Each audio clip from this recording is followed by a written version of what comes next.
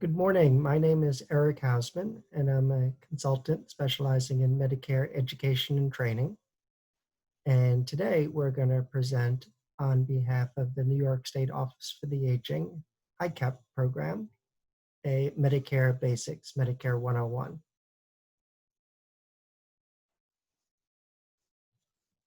So welcome to Medicare, and I'll tell you exactly what we're going to cover today. After we introduce you or reintroduce you to Medicare, we're going to talk about enrollment in Medicare and the different Part B enrollment periods. We'll go through cost sharing. This is what people with Medicare or Medicare beneficiaries are responsible to pay for under the program. And then we'll talk about choices in Medicare. And for people with Medicare, especially those in New York, they really have a lot of choices as to how to get their Medicare coverage. But basically, for everybody with Medicare, it all boils down to two choices. Everyone with Medicare can either be in original, traditional, fee-for-service, straight regular Medicare, or they could be in a Medicare Advantage plan, a Medicare health plan. It's one or the other. Now, for those that choose original traditional Medicare, there are big gaps in coverage that I'll talk about today. Deductibles, coinsurance, copayments, amounts that come out of people's pockets.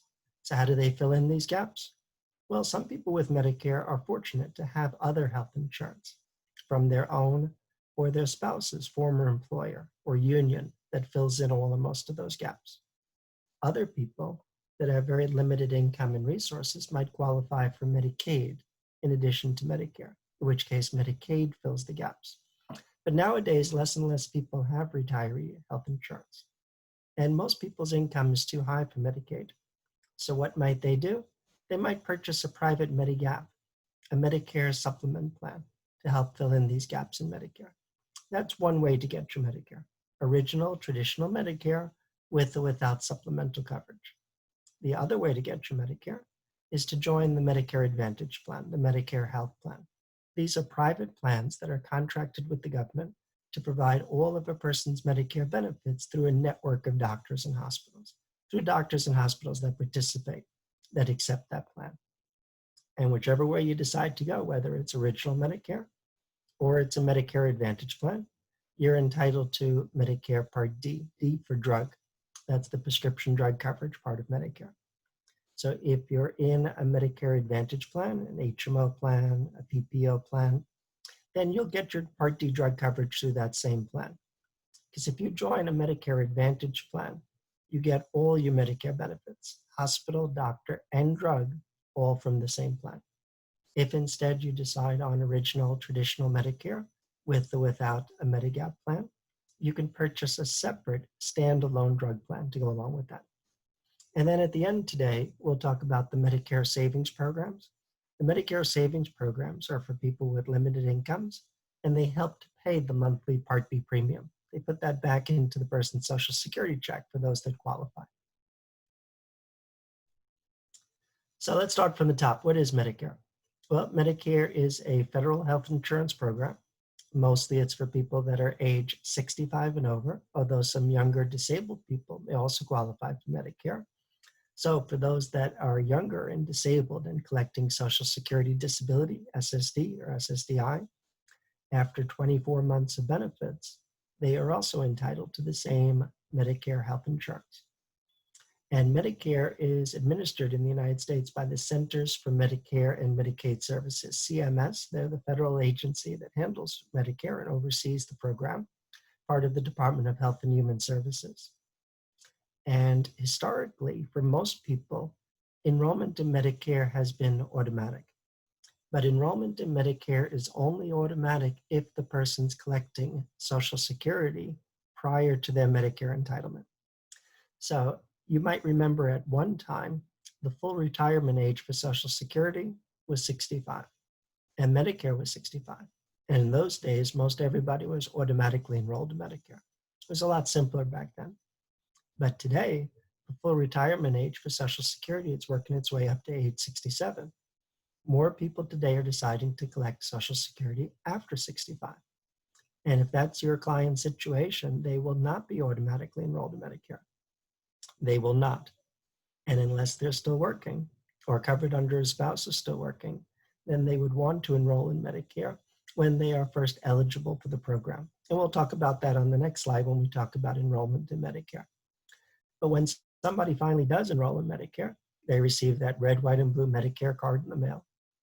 And on the Medicare card, it shows you the two parts of Medicare. Medicare Part A is the hospital insurance, covers somebody if they need to be admitted to a hospital or a skilled nursing facility. And Medicare Part B is the medical insurance, covers people mostly for doctor services, outpatient services at the hospital. Now, the old Medicare cards that you might see people that still have one, contain as the person's identification number, for most people, either their own or their spouse's social security number followed by a letter. But now everybody should have the new Medicare card, which does not have the social security number, and instead just has a random series of uppercase letters and numbers as the person's Medicare identification number or ID number. So for those people that are not automatically enrolled in Medicare, they can enroll in one of 3 Part B enrollment periods. The initial enrollment period is when people are first eligible for Medicare. It's a 7-month period. For most people, it's the 7 months surrounding the month of their eligibility. For most, the 7 months surrounding the month they turn 65, the 3 months before, the month they turn 65, and the 3 months after that. If a person enrolls in Part B in any of the 3 months prior to the month they turn 65, Part B will be effective the first of the month they turn 65. If they enroll the month they turn 65, Part B will start the first of the following month. But if they enroll in the last 3 months, their Part B will be delayed. So if they enroll the month after the month they turn 65, Part B starts 2 months later. And if they enroll 2 or 3 months after the month they turn 65, then Part B will not start until 3 months later. And it doesn't matter if the person is still working at that point, or they just lost their job, or they're on COBRA, or anything else. These initial enrollment period rules always take precedence. And anybody that's enrolling in those last 3 months, their Part B is not starting that month. It's not starting the next month. It's starting either 2 or 3 months later. And of course, nobody knows that until it actually happens to them. Now, for the people that are still working or who are covered under a spouse, not domestic partner at 65, but a spouse's active employment when they first turn 65, once their 7-month initial enrollment period is over, they're entitled to what they call the special enrollment period. The special enrollment period allows them to delay enrollment in Part B and to sign up later without having to wait and without paying a penalty for late enrollment. So the special enrollment period allows you to sign up for Part B while you're working, in case you change your mind, or within 8 full months following the month they're no longer covered through active employment. So if somebody turned 65 and was covered through their active employment, and then now they're past their initial enrollment period and they're going to stop working today, they'll give them the rest of this month plus 8 full months beginning next month to sign up for Part B without penalty. And these are the only people that can delay enrollment in Part B, sign up later using the special enrollment period, are the people that are covered under their own or their spouse's active current employment, not retiree plan, not COBRA, but active current employment. And if you're 65, your own employment or your spouse's, not your domestic partner's active employment, you or your spouse's. If come 65, you're retired and you're not covered under a spousal still working, you would want to enroll most likely during your initial enrollment period. The only people that would be well advised to delay Part B at 65 again are the people that when they turn 65, they're still working, or they're covered under a spouse is still working, especially if they're working for a large employer, where the employer coverage would be their primary, their main insurance. Because if you do not enroll during your initial enrollment period, and you do not qualify, or maybe you missed your special enrollment period, the only time you can enroll is during an annual period. It's called the general enrollment period. It's every year from January through March. And if you enroll during that time, Part B doesn't start right away. It starts not until July 1st. And these are the people that are subject to a late enrollment penalty. The late enrollment penalty is 10% for every full 12 months you delay. And that 10, 20, 30, 40, 50, 100% or more penalty, it's not one-time penalty. It is a lifetime penalty. Okay, so people need to be aware of that when they are considering whether to enroll in Part B or whether they're considering to delay enrollment in Medicare Part B. Now, once they finally do enroll in Medicare, there are costs in the Medicare program. And we'll go through the different types of cost sharing people are responsible for, starting with the Part B premium. Now, Medicare Part A hospital insurance, most everybody gets that for free, for no premium. As long as they work, they paid into Medicare for at least 40 quarters, 10 years, or they had a spouse, maybe even an ex-spouse that did, Medicare Part A is free. So all your working life, you may have noticed there's a deduction on your paycheck for Medicare. That's what you were paying for, Medicare Part A. And then when you turn 65, like most people, you get Part A for free. But Part B, people pay for that. So this year, the standard Part B premium is $144.60 a month. For most people, it's taken out of their monthly Social Security check. For those not collecting Social Security, they bill them quarterly every 3 months for that, or they can elect to have it deducted electronically from a checking or savings account monthly. But not everybody pays the standard premium. A small percentage of people pay a higher Part B premium because they have a higher income. And we're talking about people whose incomes are above $87,000 for a single person, above $174,000 for a married couple. Now, the way they determine this is something that Social Security determines. They work with the IRS. Okay, the IRS will provide your most recent tax return. For most everyone, they're basing your Part B premium on your tax return from 2 years prior. So for 2020, they were basing it on your 2018 return. And if your what they call modified adjusted gross income from 2018 was above the threshold, 87 or 174,000, you would get a notice from Social Security saying you're going to pay a higher Part B premium because you have a higher income in 2018. Now, the good news is if you're paying a higher Part B premium 1 year, it doesn't necessarily mean that you will forever, because every year they'll automatically reassess it. For 2021, they're going to look at your 2019 return. And if your income goes below the threshold, whatever the threshold might be that year, you'll go back to paying whatever the standard Part B premium will be. Because a lot of times people that we see that pay that high premium 1 year, they're not really people that have high incomes in retirement. But what happened was when they looked back 2 years ago, their situation was different 2 years ago. 2 years ago, they were still working, or their spouse was still working. Well, if you have what Social Security calls a life-changing event, a change in your marital status, more likely a change in your work status, you may be able to successfully appeal that higher Part B premium. So for instance, if there is somebody that's enrolling in Medicare Part B and they had a high income in 2018 and they had a high income in 2019, but in 2020, they lost their job and their income was much less.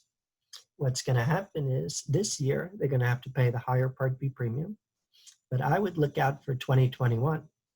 So what's going to happen the end of this year, that person's going to get a notice from Social Security late this year to say, you're going to have to pay a higher Part B premium in 2021 based on your 2019 return. Well, they lost their job in 2020. I would then appeal that to Social Security saying I had a life-changing event. And instead of basing my premium for next year on the 2019 return that you do by default, I want you to base it on the more recent 2020 tax year. And as a result, sometimes people can save, sometimes significantly, on their Part B premium as you look at the chart and see the different levels of Part B premium beginning at, again, this year, 87,000 for a single, 174,000 for a married couple. Now I'm going to tell you about the other cost sharing that we're going to talk about today. We're going to go through the Medicare Part B deductible and the coinsurance, what it means when a doctor accepts assignment for a claim and what the limiting charge is for doctors that don't. Private contracts, this is where some doctors have opted out of the Medicare program entirely. The advanced beneficiary notice, I'll explain what this is about if you're ever asked to sign this at the doctor's office. Part A, cost sharing, what you're responsible for if you're admitted to a hospital or skilled nursing facility. And I'll talk about some of the services that Medicare does not pay for at all. Starting with the Part B deductible. This is an annual deductible, January to December. This year it's close to $200. It's $198. And that means the first $198 in covered medical expenses this year, that's the responsibility of the person with Medicare, unless they have other insurance to pay that for them. Once they meet the deductible, Medicare generally pays 80% of what they allow. They're responsible for the other 20%. That's called the Medicare coinsurance. It's different for lab tests, though. Lab tests are actually paid in full by Medicare, 100%, not subject to deductible or coinsurance. But most every service, office visit, surgery, anesthesia, radiology, x-ray services, they're all paid by Medicare at 80% of what they allow once you have met the annual Part B deductible. But in order to really understand your responsibility under Part B, you need to understand about the concept of assignment. Here's an important term for Medicare, assignment. Now, what does it mean when a doctor accepts Medicare's assignment on a claim? If your doctor agrees to accept assignment, that means that he or she agrees to accept whatever Medicare allows as payment in full. And then what do you pay? Any unmet portion of that $198 deductible this year, plus the 20% coinsurance. That's assignment. Now, if your doctor signs a participation agreement with Medicare, as most doctors have in the United States, that means the doctor agrees to accept assignment 100% of the time on all claims for all people with Medicare. So these participating doctors can never charge above what Medicare allows for any of their services. If your doctor, though, does not sign that participation agreement, if they're non-participating, they can still be part of the Medicare program. But these non-participating doctors actually have a choice on each and every claim to accept assignment or not. And if you see one of these doctors who is non-participating and they decide not to accept assignment on your particular claim, the doctor's not allowed to just charge whatever they want or just their usual fee. The federal government limits doctors who do not accept assignment to charging no more than 15%, 15%, above what Medicare allows. That's the federal, what they call limiting charge. And then some states, including New York State, limit doctors even more. So if the services are done in New York State, doesn't matter where the person lives, if the services are done in New York State, for most physician services, MDs, medical doctor, if the physician does not participate and they do not accept assignment, okay, for most services, if they're done in New York State, they can only bill up to an additional 5% above what Medicare allows. Because again, New York State has a lesser limiting charge protection for most physician services. But there is an important exception here, and that is for home, and the big one being office visits, the most common service of all, where for an office visit, even though the physician does not participate and doesn't accept assignment, okay, and the services are done in New York State for office visits, they can bill up to the 15% federal limiting charge. But for most other physician services, including something like surgery, which can be very expensive, again, if the physician does not participate, doesn't accept assignment, services done in New York State, they cannot bill anything more than 5% above what Medicare allows. And then the good thing about living in New York and also having services with Medicare Part B is that providers are required to bill Medicare, okay, whether they accept assignment or not. And this is true throughout the United States. Okay? Providers must bill Medicare. So it should never be necessary for the beneficiary to have to file a claim with Medicare. But what happens is when a doctor accepts assignment on a claim, Medicare pays the doctor. But if the doctor does not accept assignment, Medicare pays the patient. So if the patient sees one of those doctors that is non-participating and they don't accept assignment, chances are they expect payment up front, up to that limiting charge at most, 15% above what Medicare allows. The patient will pay the doctor will send a claim to Medicare will reimburse the patient 80% of what they allow. That's how the Medicare Part B program works when you see doctors and other providers that are part of Medicare.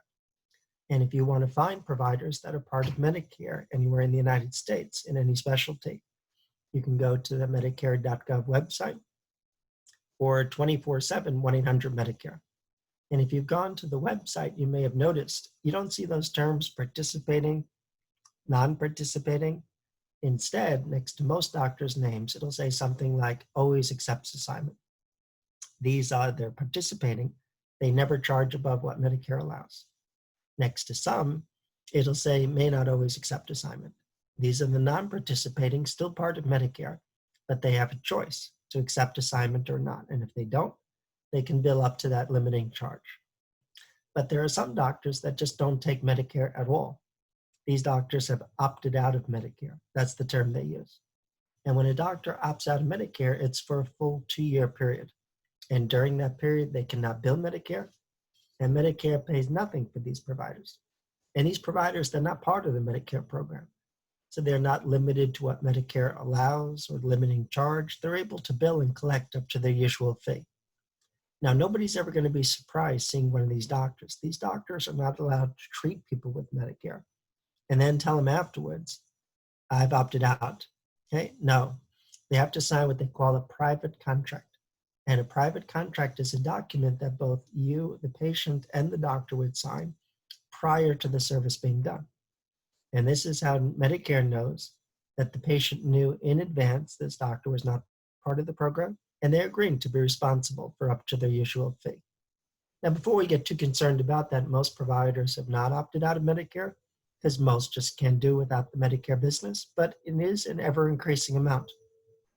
We see this more in New York City than in other places in the States, certainly. And you see this a lot with mental health providers. But there are providers that have opted out in different specialties throughout the state. And you could run into that situation. There is a very rare exception if you had to see an opt-out provider for emergency care. Okay, in that case, Medicare can actually pay because Medicare always has to pay in the event of an emergency where you didn't have a chance to see another doctor without endangering your health. But otherwise, okay, Medicare just does not pay for these providers at all. They're not limited to what they can charge, and the patient would be responsible for up to 100% of the cost. So on this slide, we just have a chart to summarize the 3 types of Part B providers. All Medicare Part B providers, including doctors, need to fall into one of these 3 categories. They can either be participating in Medicare, which most of them are, in which case they always accept assignment.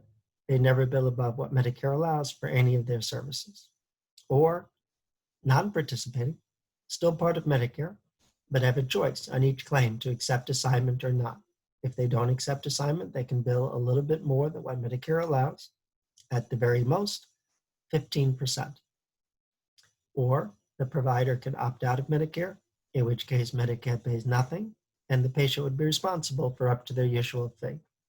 All Part B providers, including doctors, need to fall into one of those 3 categories.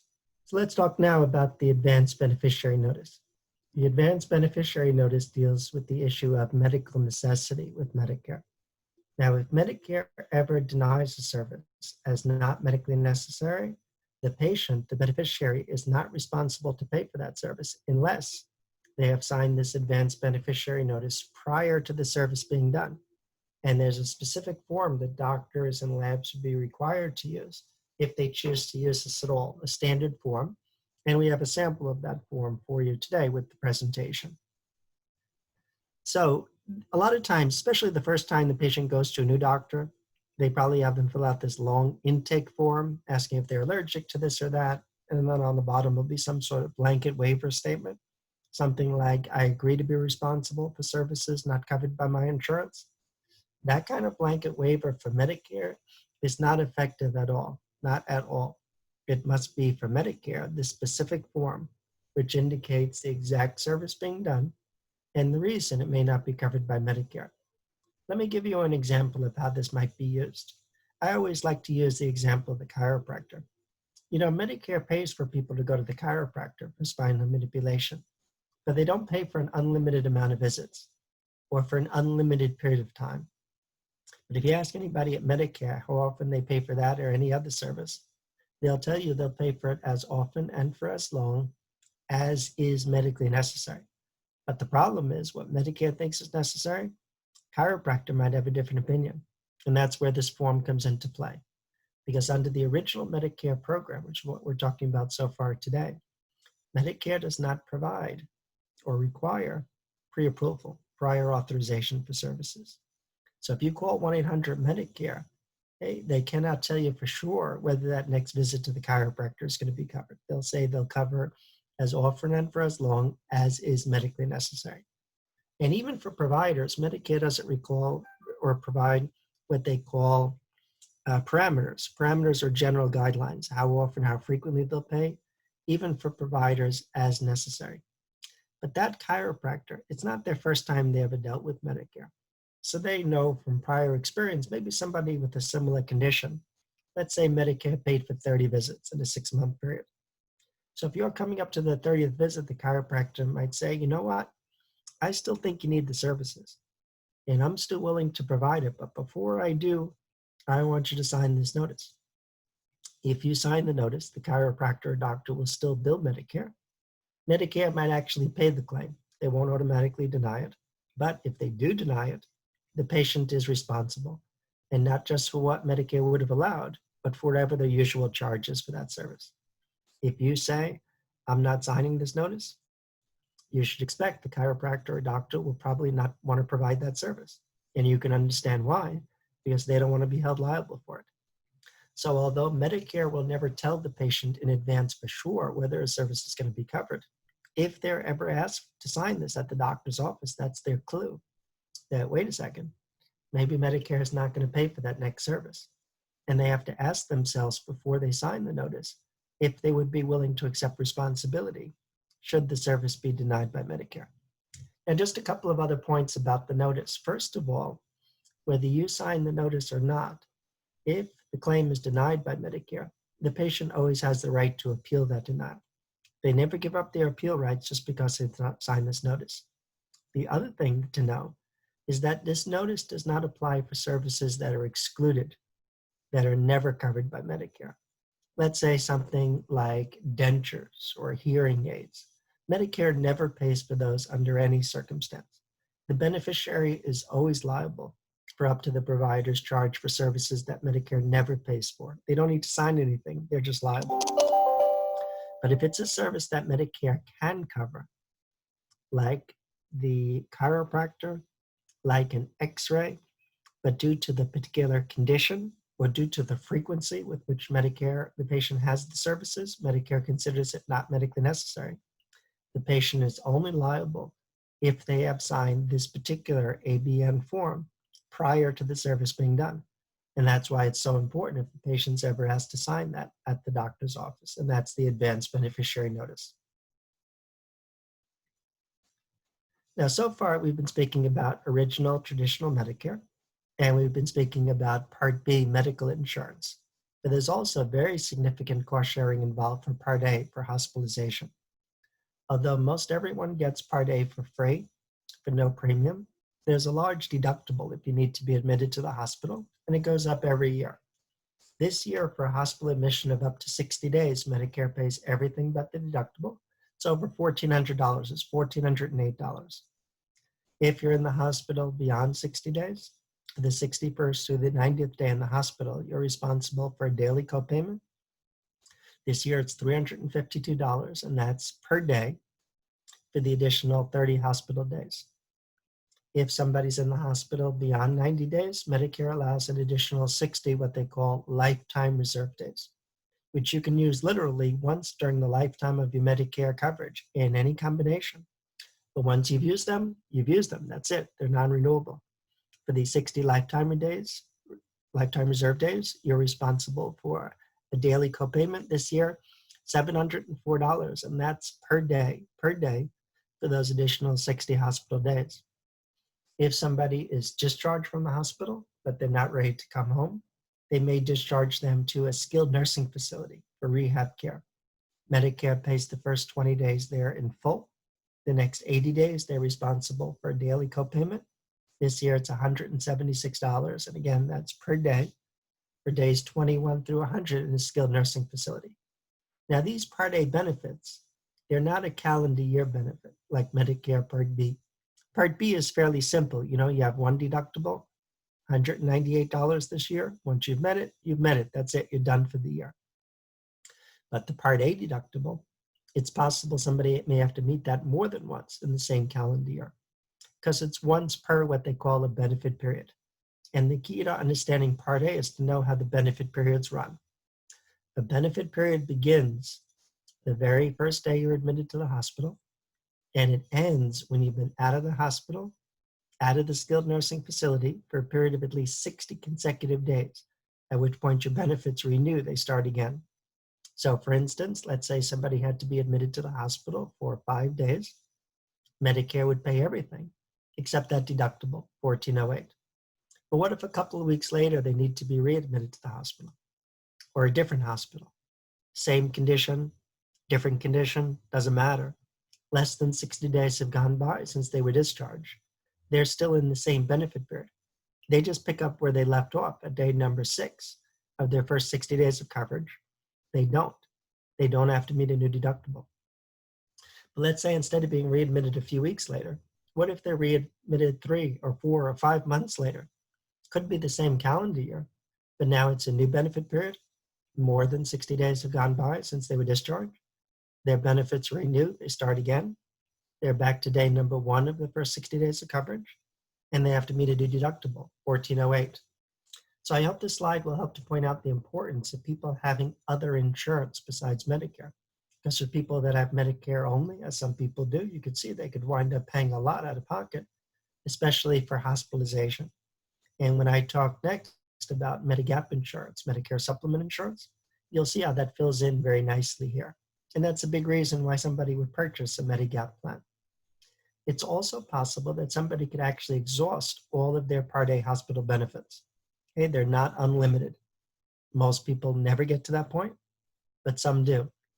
And they don't have to be in the hospital 150 consecutive days either. They can just be in and out of hospitals. As long as it's less than 60 days from one discharge to the next admission, it's all the same benefit period. And Medicare just takes the first 60 days with the deductible, the next 30 days with the daily copay, the 60 lifetime reserve days with the daily copay, and that's it. That's the limit of the Part A benefit. More than enough for most everyone with Medicare, but not unlimited. If you should exhaust your Part A benefits, though, if you have a privately purchased Medigap plan, it would help in that situation. So before we talk about Medigap insurance, I just want to go through some of the more common services that Medicare does not cover that are excluded from Medicare coverage. This includes dental care, including dentures. Medicare does not cover routine vision exam or eyeglasses. There is one exception. Medicare will pay for one pair of eyeglasses following cataract surgery. Otherwise, they don't cover eyeglasses. We mentioned they don't cover hearing aids. And very important, Medicare does not cover long-term care. Okay, Medicare covers what you saw on the last slide, short-term rehab care in a skilled nursing facility. But long-term care is not part of the Medicare program. Also important to know is that Medicare does not cover a routine annual physical exam.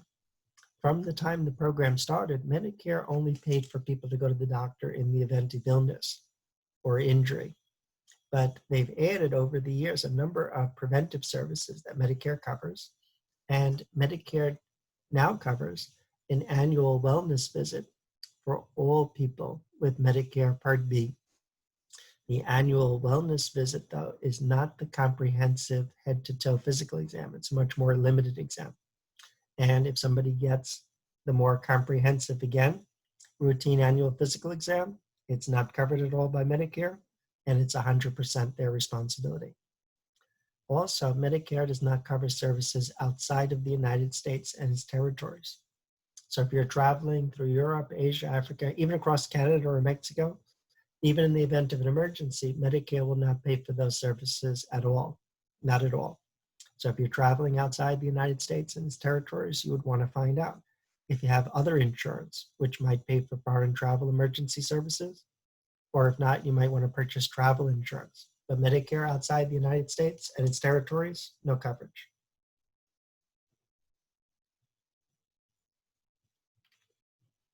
So far I've spoken about one way to get your Medicare: original, traditional, fee-for-service, straight, regular Medicare. And we spoke about the gaps in coverage, deductibles, coinsurance. Now I want to talk about filling in the gaps. Some people have retiree health insurance from their own or their spouse's former employer or union that fills in all or most of the gaps. Other people have Medicaid in addition to Medicare, in which case Medicaid fills the gaps. But for the people that don't have retiree coverage and who don't qualify for Medicaid, they're the ones that might consider purchasing a Medigap or Medicare supplement plan. Medicare supplement plans, there are 10 standard plans that are identified by letter, ranging from plan letter A to plan letter N as in Nancy. And all of these Medigap plans cover certain things. All Medigap plans cover the Part A coinsurance for days 61 through 90, that $352 per day. They all cover that. They all cover the 60 lifetime reserve days, that $704 per day. They all pay that. Plus, if you exhaust your Part A hospital benefits, like we spoke of, all Medigap plans cover an additional 365 days of inpatient care. Most Medigap plans pay the Part A deductible, $1,408 deductible. Plan A does not, but other Medigap plans do. Most Medigap plans pay the entire 20% Part B coinsurance. And then other benefits vary from plan to plan. But here's the two most important things to know about Medigap insurance. One is that the benefits are standard. So different companies sell these plans and they charge different amounts. But as long as it's the same letter plan, it doesn't matter how much they're charging. It's exactly the same coverage, okay? Because it's a standard benefit.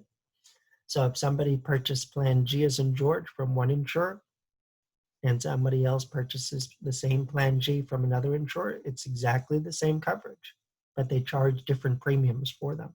So it's well worth your while to shop around for the best deal on a Medigap plan. The other really important thing to know, besides that it's a standard benefit, is that in New York State, unlike most states, we have continuous open enrollment. So that means as long as you have Part A and Part B, it doesn't matter if you're over 65 or you're disabled under 65, doesn't matter. You cannot be denied Medigap insurance. So it's always open enrollment. You could purchase a Medigap plan anytime at all, regardless of your age or your health. If you have a Medigap plan already, you can switch to another Medigap plan at any time if you live in New York State. The only time you may be restricted is if you wanted to change plans but remain with the same insurance company. So in New York State, since it's always open enrollment, you could always switch from one insurer to another at any time. But if you want to change, upgrade, or downgrade your policy but remain with the same insurance company, the same insurance company could make you wait until their anniversary date, at a minimum once every 12 months. But if you don't want to stay with that company, you could always move to another company's Medigap plan anytime, again, regardless of your age or your health. Now, although you can buy a Medigap plan at any time, what you may run into is a waiting period for pre-existing conditions of up to 6 months, which most but not all the insurers have. So what that means is, although they'll sell you a plan at any time, they may not cover a service related to a pre-existing medical condition for up to the first 6 months. However, a lot of people are able to avoid the waiting period because they've had some sort of prior credible coverage. So prior credible coverage can include things like another Medigap plan. It could include a Medicare Advantage plan we'll talk about next, an employer plan, retiree plan, COBRA, a plan through the marketplace, Medicaid if Medicaid's ending, the VA for veterans, a national health plan from another country. Okay, most everything can count towards meeting that Medigap waiting period. And as long as there's no break or a short break of less than 63 days from when that plan ends and the Medigap plan begins, they'll credit the time towards meeting the waiting period. So for instance, if somebody's on a Medicare Advantage plan this whole year, but come January 1st, they're going to be on original Medicare with the Medigap plan, they don't have to worry about waiting periods. They'll credit the year that they were with the Medicare Advantage plan towards meeting that 6-month waiting period. And because most people have had some sort of prior coverage besides Medicare before buying the Medigap plan, most people are able to avoid the up to 6-month waiting period for pre-existing conditions. Now, if you want to see in New York State which companies sell which plans and exactly how much they cost per month, we provided the link for the latest information from the DFS, New York State Department of Financial Services website.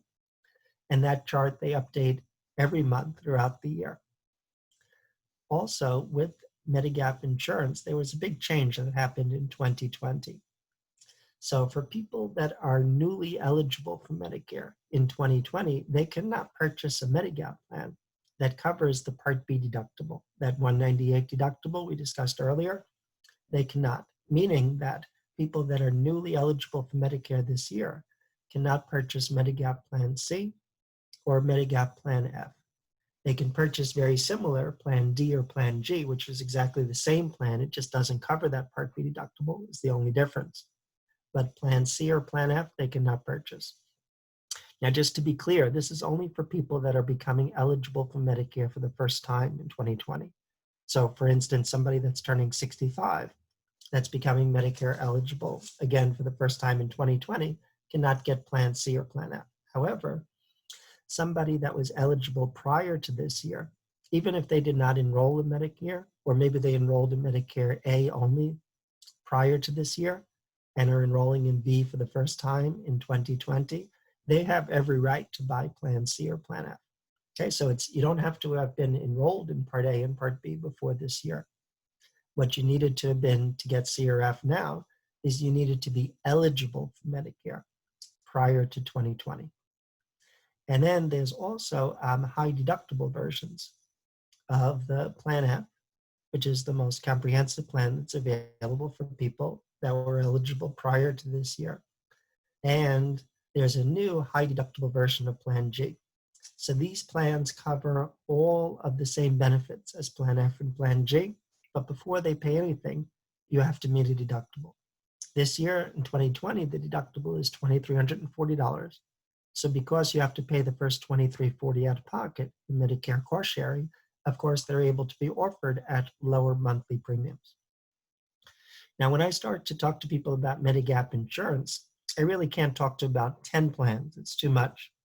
So I would always start with either Plan F if they were eligible prior to this year, or if they're eligible for the first time this year, Plan G, because those are the most comprehensive plans that are available for them. But oftentimes people are looking for a lower cost Medigap plan. I might then talk to them about Plan N as in Nancy. If you look at Plan N does not cover the Part B deductible, okay, the $198 deductible. Plan N does not cover the Part B excess. That's for doctors who do not accept assignment, the additional 5 or 15% above what Medicare allows. F and G cover that excess, but N doesn't. But the big difference for Plan N is for office visits, where instead of covering the entire 20% coinsurance for Plan N, you have to pay for office visits a copayment of up to $20. And we say up to $20 because if the 20% coinsurance is less than $20, you'll just pay the 20% coinsurance, but no more than $20 for an office visit. And with N, that's specific to office visits. So Plan N will cover the entire 20% for physical therapy, will cover the entire Medicare Part B cost sharing for the Medicare outpatient services, or except for emergency room where they might have up to a $50 copayment. Plan N will cover for x-rays, okay, for surgery, for anesthesia, the entire 20% coinsurance. It's just for the office visit where you have up to that $20 copayment.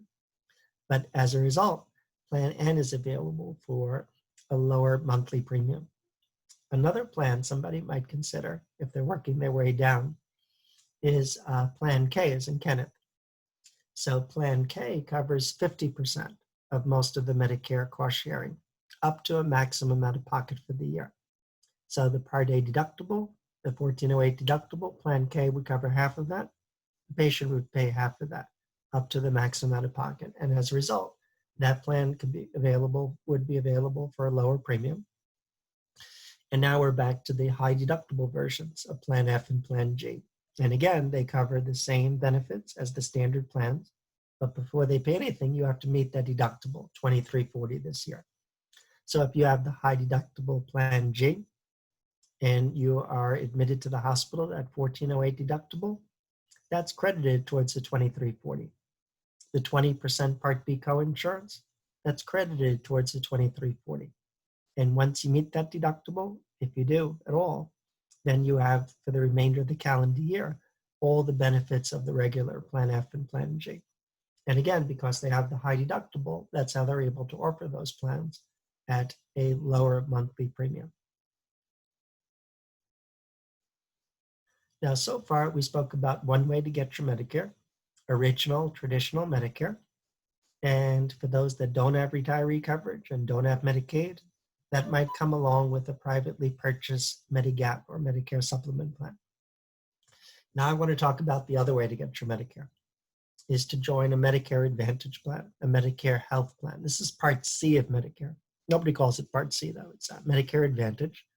And we said earlier, these are private plans that are contracted with the government to provide all of a person's benefits through a network of doctors and hospitals. And most everybody's eligible to join. All you need is to have Part A and Part B of Medicare. You can't have end-stage renal disease, kidney failure. Okay, this is going to change in 2021, and that will no longer be a restriction. But currently, people that have end-stage renal disease are generally not eligible to be in a Medicare Advantage plan. And you need to live in the service area of the plan. That's it. But unlike Medigap insurance, where if you live in New York State, you can purchase a plan at any time or switch from one insurer to another at any time, for Medicare Advantage, for most people, there's only certain enrollment periods in which they can enroll or switch plans. So first of all, people can enroll in a Medicare Advantage plan when they're first eligible for Medicare and enrolled in Part A and Part B. If they don't, or maybe they did, but now they don't like the plan, they want to switch, most people have to wait till the annual election period. That's every year from October 15th to December 7th. If they sign up for a plan between October 15th and December 7th, their new plan starts January 1st. If they discover the beginning of the next year that they don't like that plan, there's another enrollment period. It's called the open enrollment period, January through March of each year, where anybody that's in a Medicare Advantage plan has one additional opportunity to either switch to another Advantage plan or to original Medicare, one time between January and March, to be effective the first of the following month. After March 31st, for most people with Medicare, whatever plan they're on, if they're on a plan at all, that's what they're going to have for the rest of the year. And it's important for them to remember when they join a Medicare Advantage plan that they're not giving up their Medicare benefits. These private plans are required to cover at least what Medicare covers. Plus, as an incentive, they will typically cover to a limited extent some services that Medicare does not provide. So they typically provide additional benefits for things like dental care, for vision, eyeglasses, for hearing aids. They might pay for a gym membership for that person. They probably cover that routine annual physical that Medicare does not. And what I find is the big incentive is for people to join is the premium. So some plans have premiums that are as low as no additional premium. So when I say no additional premium, these people are still going to pay the Part B premium, that $144.60 or whatever they're paying for Part B, regardless of how they get their Medicare. But some Medicare Advantage plans either have no additional premium, or they have premiums typically that are less than the usual Medigap plans that are available. And with a Medicare Advantage plan, even if the plan has no premium, that doesn't mean the plan has no cost for the person with Medicare, because they're going to pay on the other end when they access care, usually in the form of a copayment. So if you join a Medicare Advantage plan, you might have copayments when you go to the doctor. Some plans may not have a copayment for primary doctors, okay, but all plans certainly do for specialists, and that could be as high as a $50 copayment for a specialist. If you're admitted to the hospital, most plans have a daily copayment up to a maximum number of days. So some plans have daily copayments in excess of $200, $300, $400 a day for the first 5 or so days in the hospital. They have copayments or even coinsurance, a fixed dollar amount copayment or percentage that you're responsible for things besides hospital, for x-rays and radiology, okay, for durable medical equipment. Plans typically have a 20% coinsurance that you're responsible for. But in fairness to the plans, okay, although most plans have copayments or coinsurance for most every service, it's not an unlimited amount that you're responsible for the year. All Medicare Advantage plans have a maximum out-of-pocket limit, abbreviated MOOP, M-O-O-P, not to exceed $6,700 in network. So if you have a plan with a $6,700 limit and you have a specialist visit and it's a $40 copay, that $40 goes towards the $6,700. If you're admitted to the hospital, it's $1,000 out of your pocket. That $1,000 goes towards the out-of-pocket limit. And if you reach the out-of-pocket limit, you'll have 100% coverage for the remainder of the year for all Part A and Part B for hospital and medical covered services. So the $6,700 limit does not include any premium you might pay. It does not include anything you might pay for services that Medicare doesn't cover, like dental or vision. It does not include the Part D drug coverage, which is separate and has no out-of-pocket limit. The maximum out-of-pocket is only for Part A and Part B for hospital and medical covered services. And if you reach the limit, again, 100% coverage for the remainder of the year for all your Part A and Part B covered services. Now, there are different types of Medicare Advantage plans. And just to say upfront, not every type of Medicare Advantage plan is necessarily available in all counties in New York State. So the HMO plan is the most restrictive type of plan. With an HMO plan, unless it's an emergency, you're limited to doctors and hospitals that participate, that accept that plan. So if you're in an HMO plan, you go outside of their network, you're going to wind up paying the cost out of pocket. But there are some HMO plans in some counties that are available with a point of service option, HMO-POS. They allow you to go out of network, but you have to look at the details of the out of network coverage because it's a limited out of network benefit. So for instance, the plan may have only a limited dollar amount that they allow for out of network services. You might have to get pre-approval, prior authorization for out of network.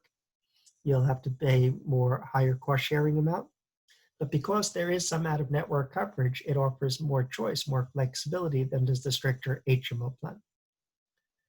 The other plan, if you're looking for more out of network coverage, you might consider instead the PPO plan, which this one type of plan is available throughout the state of New York.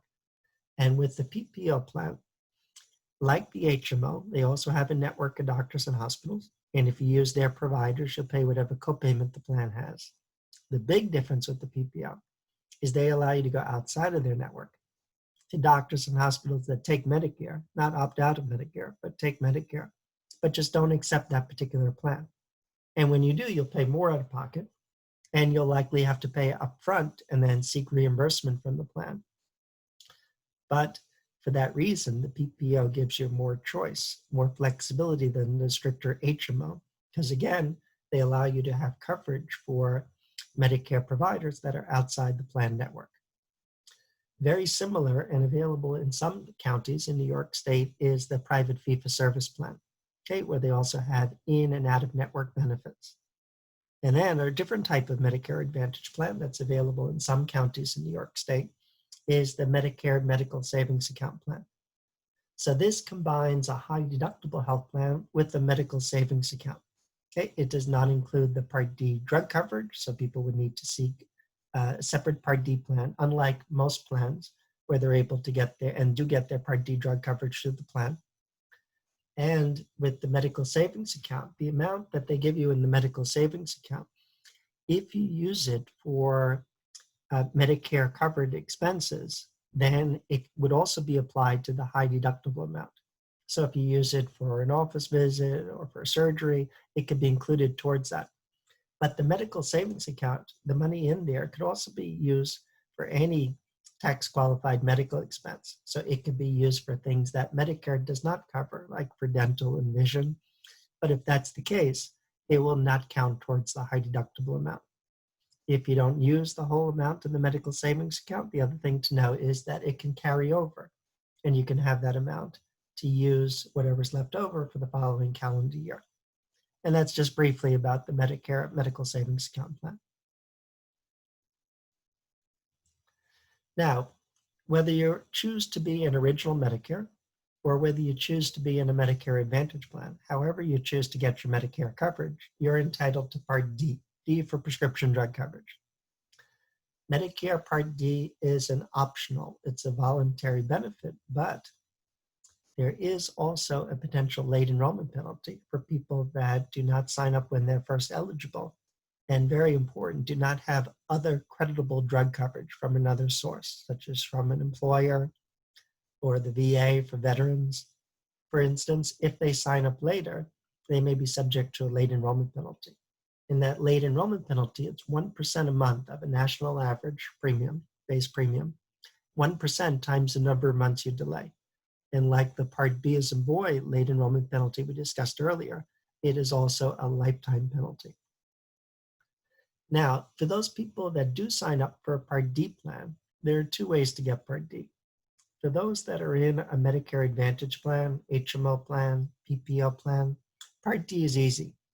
They get their Part D drug coverage through the plan. So if you're in a Medicare Advantage HMO or PPO plan, you get all your Medicare benefits. Part A hospital, Part B medical, Part D drug, all from the same plan. But if instead you choose to be an original traditional Medicare with or without a Medigap plan, you can purchase a separate standalone drug plan. And in 2020 in New York State, throughout New York State, there are 27 different drug plans to choose from. These drug plans each have their own formulary, their own list of covered drugs, and they have their own network of participating pharmacies. Okay, so how can you decide if you have so many plans to choose from? You have to go to the Medicare website, medicare.gov. They have a great plan finder search tool where if you enter the names of the drugs, not just the names, but the dosage, the strength, the quantity, and then select the pharmacy that you prefer to use. That search tool will search all of the available plans and rank them based on that individual's needs from least expensive to most expensive. And then realistically, they probably consider only the first 3 plans or the first 6 plans. That's the way to make a good decision. If somebody's not comfortable using the website, they could do that over the phone, 1-800-MEDICARE, 24/7. And what I recommend is when they do that comparison, remind them that it's not just a once in a lifetime comparison, because these plans can and do change every year.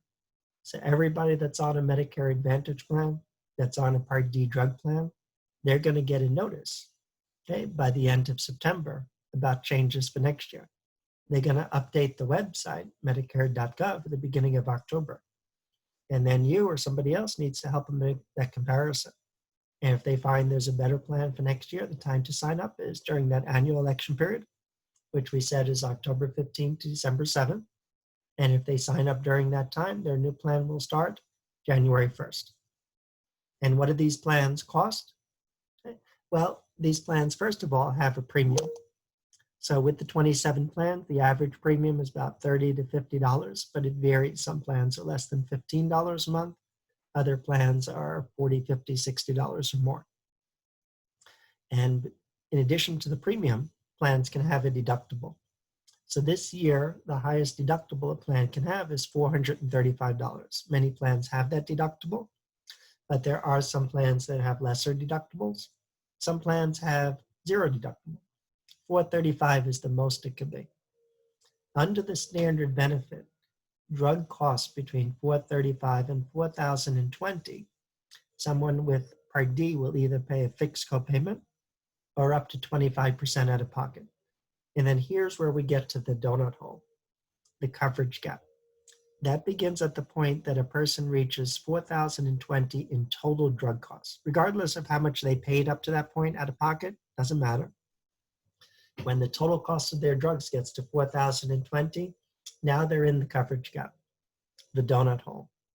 At one time, people that reached the coverage gap or donut hole years ago had to have paid 100% of the cost of the drugs out of their pocket. But now people that reach the coverage gap pay no more than 25% of the cost of the drugs until they get to what they call catastrophic coverage. Catastrophic coverage this year begins at the point that you paid a total out of pocket, true out of pocket, TROOP is the acronym, TROOP, of $6,350. So what does that $6,350 include? It includes what you pay. It does not include your premium, does not, but it includes everything else you pay. Deductible, coinsurance, copayments, whatever you're paying during the coverage gap. And very important, there's one thing that you don't pay, but also fortunately counts towards the $6,350, and that is for brand name drugs, not generic drugs, but for brand name drugs that you get during the coverage gap. You're paying 25% for the cost of these drugs, but what you don't see behind the scenes, of the other 75% that you're not paying, 70% of that, most of that cost is a drug manufacturer rebate. That 70% rebate, again, even though the beneficiary does not pay that, fortunately counts towards the $6,350, and that's good because that gets you out of the coverage gap more quickly without having to pay that entire amount out of your pocket, and gets you to the catastrophic coverage. And when you're in the catastrophic coverage, now your drug costs go down, sometimes dramatically, because you're paying no more than 5% of the cost of the drug or a small copayment for your medications, whichever are greater. That's how the plans are structured. But in order for this to be really meaningful for the beneficiary, the person with Medicare, they need to go to the website or have somebody go there for them, not just once, but every year in the fall for the following year, to enter their drugs in their pharmacy to get an estimate of what their costs will be for the next year. Now, there are some people who get assistance with their Part D drug costs. These are people that have what they call extra help or the low income subsidy, LIS. Some people get this automatically. Other people may need to apply. For people that have Medicaid and or the Medicare Savings Program, which we'll talk about later, they receive automatically full extra help with Part D, which means they get a subsidy that can pay their entire Part D plan premium, so they can get a plan for zero premium, and reduce their copayments to only small copayments at the pharmacy. For those people that don't have Medicaid and do not have a Medicare Savings Program, they will not get this assistance automatically, but they may be able to apply to get, if not the full subsidy, at least a partial subsidy. The place you'd apply to is Social Security. You should do that online on their website, Social Security or SSA.gov.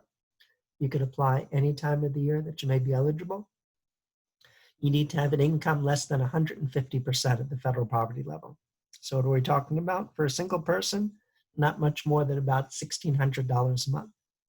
But if you're applying to Social Security for extra help, not only do they look at your income, but your resources as well. So for a single person, not much more than about $14,600.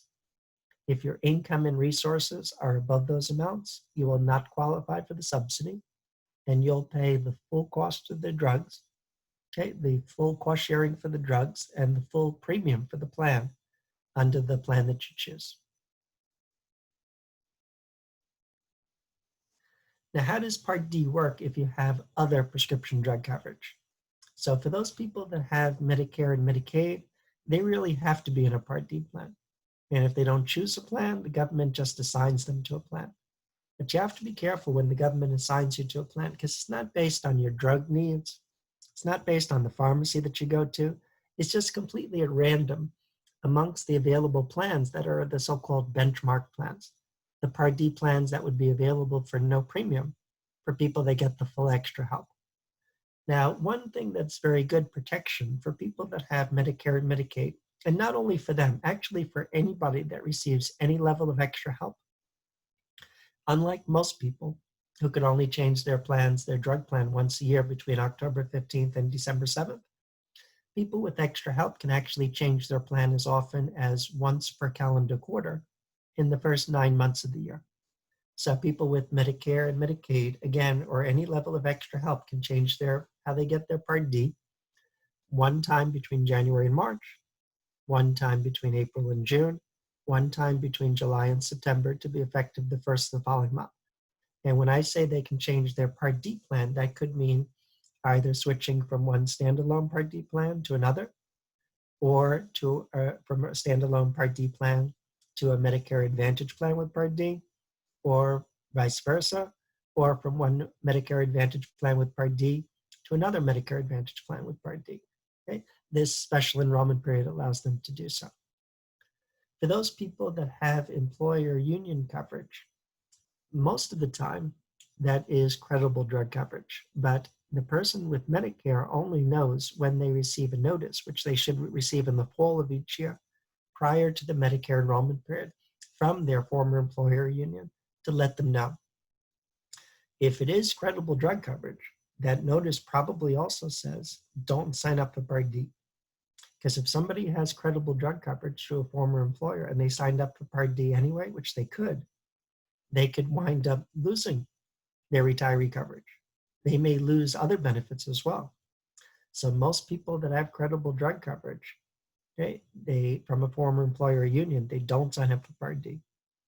If in the future they lose it, even if it's voluntary, even if it's the middle of the year, they allow them a special enrollment period to pick up Part D without having to wait and without paying a penalty for late enrollment if it was credible drug coverage. For those people that are in a Medicare Advantage plan, HMO or PPO plan, you cannot get a separate standalone Part D plan. Okay, if people are in an HMO or PPO, they want Part D, they must get their drug coverage through the HMO or PPO plan. However, for people that are in a private fee-for-service plan, okay, people in a private fee-for-service plan, it works a little different. So private fee-for-service plans, some plans include Part D, and then you'll get your Part D coverage through the plan. But if you join a Medicare private fee-for-service plan without Part D, unlike the HMO or PPO, you can have a Medicare Advantage private fee-for-service plan without Part D, along with a separate standalone Part D drug plan. Okay? So also with the Medicare Advantage Medicare Medical Savings Account plan, we mentioned before, these plans do not include Part D. So for those individuals, they must get their Part D through a separate standalone plan. Veterans that have drug coverage through the VA is credible drug coverage. Veterans that have VA drug coverage, if they don't sign up for Part D and they sign up during the next enrollment period, will not pay a late enrollment penalty. However, some veterans may want to have both, the VA and Part D. This would allow them greater flexibility. So if in the future they need a prescription that the VA does not cover, or the VA is just not as convenient for them as it is now, this would allow them greater flexibility to use a private pharmacy outside the VA for potential coverage under Part D. And EPIC. EPIC is New York State's pharmaceutical assistance program. It's for New York State residents that are 65 and over. Disabled people with Medicare under 65 are not eligible for EPIC. And to qualify, there's an income limit. The income limit is $75,000 for a single person, $100,000 for a married couple. And they don't look at assets or resources, only income to qualify. And it's based on your income from the prior year. So someone applying in 2020, it would be based on their 2019 income. EPIC does not work on its own. EPIC only works as a supplement to someone's Part D drug coverage. And it works with every Part D plan, whether you have a Part D plan that's through your Medicare Advantage plan, or you're on one of those 27 with original Medicare, doesn't matter. It's all Part D. EPIC works with them all, where Part D is your primary, your main insurance, and then EPIC wraps around. EPIC helps to fill in the gaps in coverage. But there's one gap that EPIC will not help with, and that is your Part D plan deductible. So if you have a Part D plan with a deductible, which can be up to $435 in 2020, EPIC is not helping with that at all. But once you meet the deductible, if any, EPIC can help reduce your copayments. EPIC can help you in the Donut hole, the coverage gap. Epic can help you with the catastrophic coverage where you're paying 5%, but for some people, 5%, it's a couple of $100. With Epic, the maximum you pay is $20. What does Epic cost? For most people, Epic is free. So Epic has two plans. Epic has for lower income individuals, Epic has a fee plan where they pay a fee on a sliding scale to be a member of Epic. If that person also has full extra help though, Epic actually waives the fee and they can get Epic for free. But most people today would be in Epic's what they call deductible plan. So in that case, they do not pay for Epic, but before Epic will help pay for their drugs, they have to meet a deductible on a sliding scale based on their income. So to give you an idea, for single people with an income between 20 and 75,000, okay, you're in Epic's deductible plan. And again, Epic will be free. You pay nothing, but before Epic will help pay for your drugs, you have to meet a deductible on a sliding scale. But whenever I talk to somebody that has Part D and they're eligible for Epic and they have an income $30, $40, $50, $60,000, I tell them I don't see any reason for them not to sign up for Epic. Because sometimes they'll say to me, I don't use a lot of drugs. How am I ever going to reach this deductible? It's $1,000. It's $2,000. But I would say, so what? You don't reach the deductible. It doesn't cost you anything. It's free coverage. In the meantime, you have Epic in place, okay, in case your drug needs change during the year. And one other great benefit of Epic, unlike most people who can only change their plans once a year between that and the annual election period, Epic members can change their plan one additional time each year outside of the enrollment period. Not as often as that once per quarter in the first 9 months of the year, like people with extra help, but one additional time per year. And for some people, it's worth it to join Epic just to be able to change their Part D and or Medicare Advantage plan with Part D without having to wait until the next year. And if you're not an Epic member already, you can sign up at any time at all. We have a sample of the application. You cannot apply online. You can do that via paper application. You can either call Epic for that, or we have a link where you can download a clickable version of the application. You can fill it in online, but then you'll need to print and fax it or mail it to Epic. And the last topic we wanted to talk about today is the Medicare Savings Program. And it's really the most important benefit that we ever speak to people with Medicare about, because it pays the Part B premium if you're eligible. It puts that $144.60 back into your Social Security check. If you ever met a beneficiary and they have Part B and they're not paying a premium, they're already on the Medicare Savings Program. But if not, they may qualify. In order to qualify, it's based on income. There are 3 Medicare Savings Programs. The first is the QMB program. These are the monthly income limits for 2020 for a single person, $1,084. For a married couple, $1,457. They don't look at assets or resources for any of the Medicare Savings Program, only income to qualify. And the QMB program, not only does it pay the Part B premium, but it also acts as a supplement to Medicare, where it eliminates any Medicare deductibles and coinsurance, whether you're on original Medicare or you're on a Medicare Advantage plan. So if you have QMB, you're not responsible for the 20% Part B coinsurance if you're on original Medicare. You're not responsible for a doctor's copay if you're in a Medicare Advantage plan, whether the doctor takes Medicaid or not, okay, whether the services are done in New York State or another state, doesn't matter. If you have QMB, providers are not allowed to balance bill, meaning they cannot bill you for any Part A or Part B cost sharing amounts. If your income is too high for the QMB though, but it's low enough for the SLMB program, up to $1,296 a month for single or $1,744 a month for couple, or if it's higher than that, but it's less than $1,456 a month for single, $1,960 for a couple, you can qualify for the QI program. These two programs, SLMB and QI, pay the Part B premium only, the $144.60. But another benefit of the Medicare Savings Program is if you get the Medicare Savings Program, not only does it pay the Part B premium, but it makes you automatically eligible for full extra help with Part D. So sometimes we meet people whose incomes are very limited, but they're savers.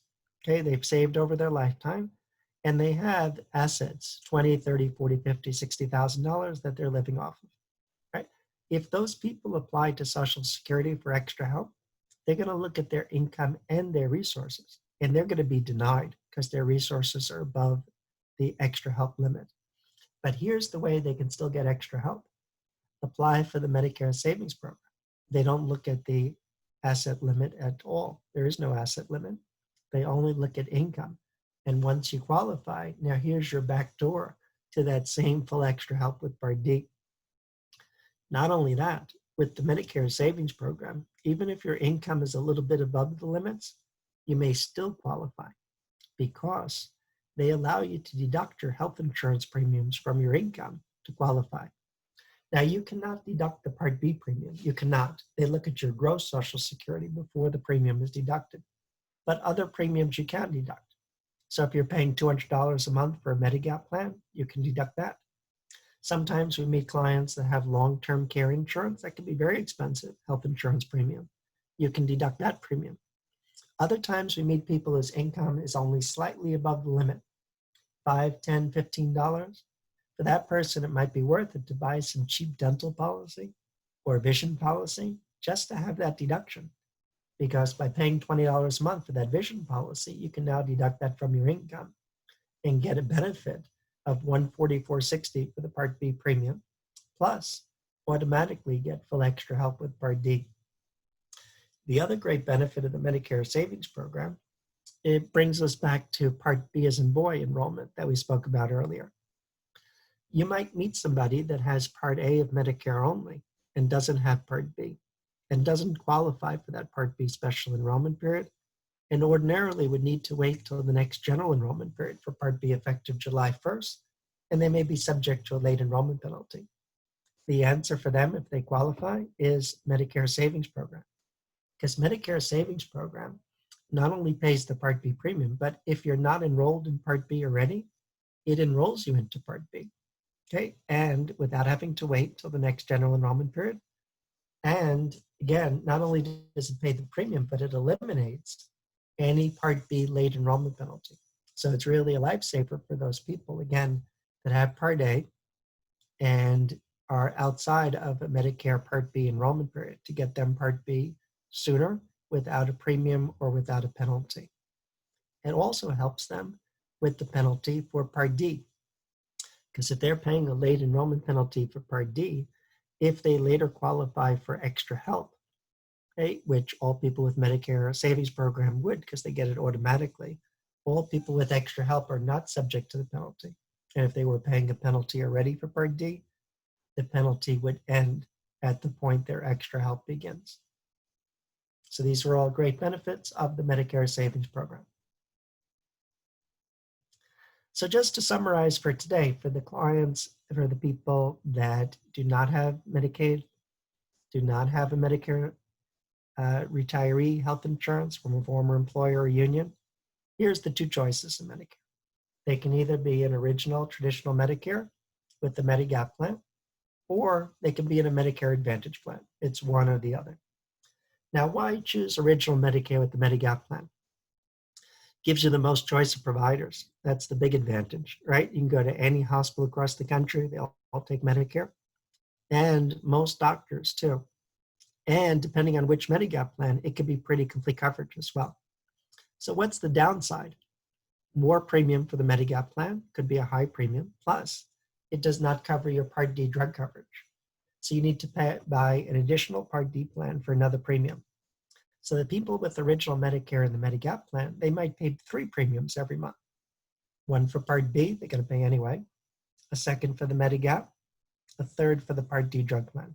So they have the most choice of providers and the most complete coverage, but in exchange for that, they pay the most in premiums. So what about the other choice, Medicare Advantage instead? What's the advantage of that? Well, it covers whatever Medicare covers. You don't lose anything. Plus, they give you some limited extras that Medicare doesn't: dental, vision, hearing, gym membership, maybe a routine annual physical exam. And some of the plans are as low as no additional premium.